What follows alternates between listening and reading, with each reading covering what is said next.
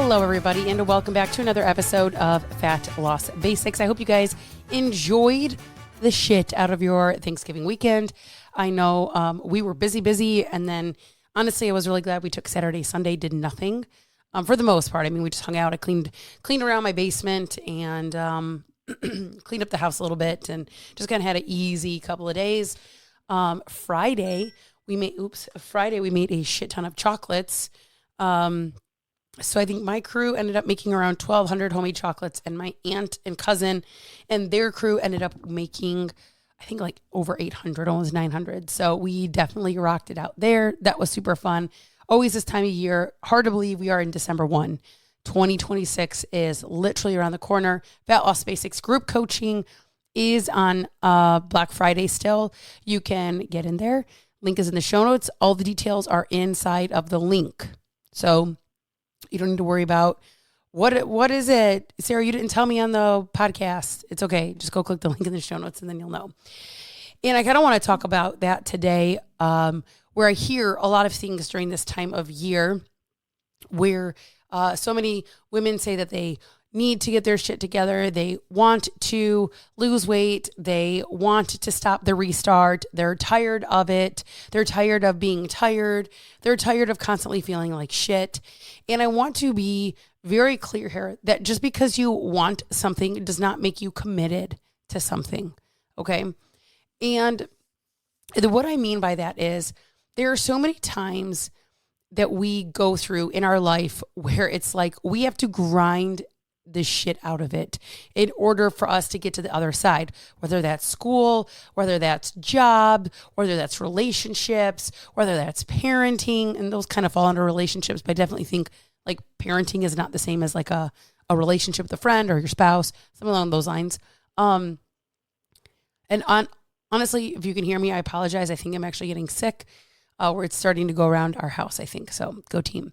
And so no matter what, it's like, we are definitely committed to making it work. We are committed to getting the task complete. We're committed to, like, once you start, the lawn work, you're committed to finishing it. Otherwise, it's half-assed, right? We don't leave typically stuff like that half-assed. And that's the reality of it, right? But wanting something doesn't create the change that it requires. The commitment does. And I actually used to use this in a check-in for people to say, how committed are you? Like, how committed were you to your goals this week?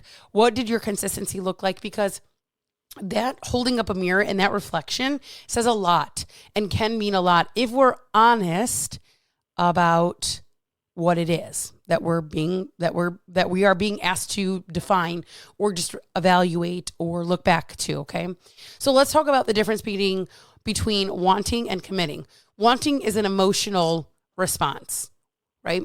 It's typically reactive, meaning something happened and now all of a sudden we need this or want this, right?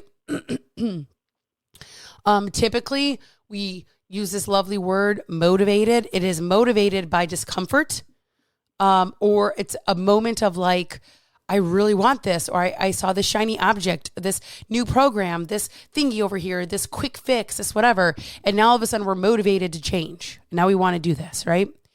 And the problem with wanting things, and I think the biggest difference here is that desire changes and typically fades out and dies when things get hard, uncomfortable, and inconvenient, okay? When we commit to something, that is typically a decision-backed choice, right? I don't want to do this, but I'm going to do it anyway. It is often rooted in who we are. This is like, if I could have coined a phrase and trademarked the shit out of it, I would have, but I always said, it's not something I do, it's who I am. It's not just something I do, it's part of who I am, right? It's rooted in who I am, right? You will show up when you don't want to, when it's uncomfortable, when it's inconvenient, when it's hard, when it's boring, when you're over it, when you don't want to, when it's slow, when you're barely getting progress. And then you also typically have some kind of system or structure to make sure that you are able to follow through. So we're not just throwing shit at the wall and praying that it sticks. Okay. So a couple of different ways I'm going to talk about this is the wanting versus committing. Let's hypothetically say you want to get out of debt. Like you're in debt, you got credit card debt, and you're like, I want to do this, right? But you are still consistently purchasing shit on Amazon, opening up new credit cards, going shopping every weekend, not doing things to save money, but intentionally doing things and continuing to spend money. You literally are not, you just want it. You're not committed to getting out of debt. You're not committed to trying to save money. When you don't have a budget, you're not budgeting anything. You're just willy-nilly all over the place. We just talked about this today, my husband and I. Like, what is our budget for Christmas? It's like, I don't know. I don't know either. Well, that's a problem. We need to figure that out. Like, otherwise, we're just going to start buying a bunch of shit that we, A, don't have money for, or B, don't really actually need or want, just because it's like, oh, we need a gift. We need a gift. When the reality is, it's like, no, we got what we need. Okay? So there's typically some still kind of, even in this realm of life, some structure with getting out of debt, right? Another one here would be marrying somebody, right? If you get to the marriage day or even when leading up to getting married, right? And you are asked, how committed are you to this relationship? And you say, like a 6, like a 5 or a 6. How do you think your partner is going to feel? Or how would you feel if that's what your partner said about their commitment to your relationship? It's about a 6. Is that committed? Nah, not to me. Fun fact, I've been in a relationship with somebody who's committed about a 5, okay? I get it, what it is, and it ain't pretty, and it ain't fun, and it fucking sucks, right? So I don't think that would go over very well when you're literally going to be married and somebody's like, oh yeah, I'm just committed to 5. I'm not actually committed. I'm just kind of committed. I'm like sort of committed. That's not commitment, right? And at the end of the day, what ends up revealing how committed you are is what you do, right? Actions speak louder than words. We've all heard this, right? But let's talk about why wanting something feels good and is quote unquote, I'm going to use the word, but it's safer, right, than committing. It's easier, if you will, than committing, right? The very first reason is wanting gives you permission to kind of stay in this like dream world of like, that sounds really great. I'd really like to go into a changing room and not cry when I'm trying on clothes. That would be awesome. But it's like, but only at like a 5. I'm only like level 5. Like if I do go out and cry, it's like whatever. It's like my norm, right? It also prevents you from having to fail or even honestly being successful. I talked a little bit about that the other day, is that a lot of times I would try to lose weight, but because of my relationship, I was actually more afraid of success because being overweight and unhealthy and kind of, I'm just going to say it like it is, being fat, I didn't have to be interactive with my spouse at the time, and that kept me safe because I already knew what was going on in the back end. So yes, it'll keep you safe from failing at things, but it can also keep you from being successful to protect yourself, right? So it's two swords here, a double-edged sword or whatever you want to call it. And it lets you point the finger at other things like time, your hormones, your kids' schedules, these kinds of things, right? Instead of owning that you just aren't fully committed to the process, right? Because fully committing to the process means you have to own everything, all the good, the bad, the ugly, all of it. You have to own all of it, right? So it's about doing the things when nobody's watching, when nobody's clapping for you, right? And when you're not motivated to do it. That's what commitment is. That's how you get consistent, okay? So how does this look when we're trying to apply it to our fat loss journey or our fat loss phase, right? A lot of times, I have my clients start out with something very minimal, and we really focus on like what your anchors are. Like at the end of the day, if I do this one thing, it's a win, because we always need some kind of a win. Like that's just, we need that dopamine. We need that pridefulness that we get from accomplishing something in a task. And so what does that look like? It means that maybe we are just hanging onto our anchor. Like, okay, if I drink water today, I'm great. Speaking of, I'm super underwater today.